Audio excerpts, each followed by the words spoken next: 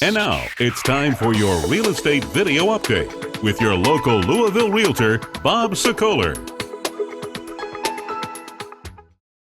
Hi everybody, Bob Sokoler, Medley-Sokoler team, RE/MAX Properties East. Many of us are watching the events on the East Coast with the storm that hit, and you got to think, what about the Louisville area? What happens if we get hit with a really bad winter? We've come to Lowe's to look at some of the supplies that all of us should have in terms of emergency supplies on hand in our house.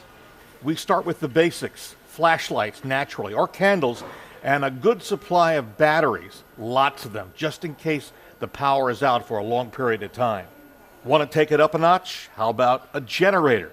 You can get them for as little as $400, and they go way up. We've sold like 18 generators in the last 2 days, and we've been out of electricity so many times in the past due to storms. I think everybody's getting a little leery about not having a backup plan, so I think that's driving a lot of the sales as well. The problem is you got to find them.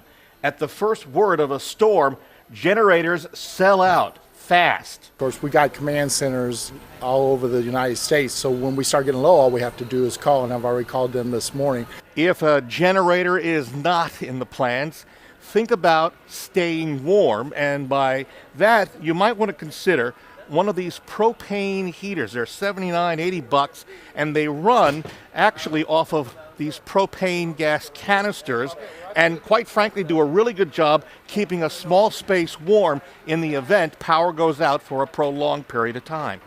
These propane canisters are actually pretty handy. In fact, they are used to run a number of items. These are really nice. They're campfire stoves, just little portable grills that run off the little small bottles of propane. Of course, Louisville is no stranger to big storms and high winds.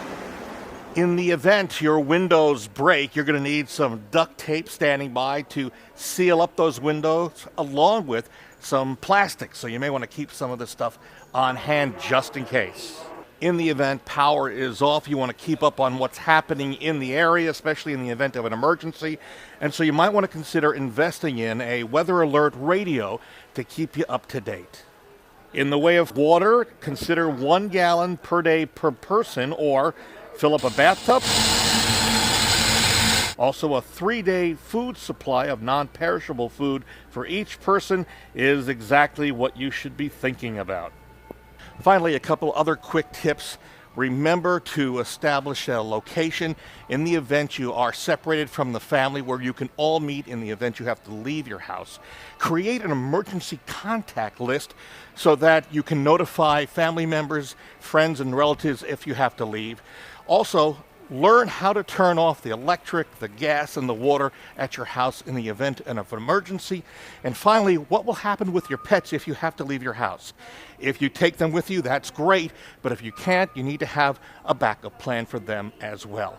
And let's hope we don't have to use any of these emergency tips.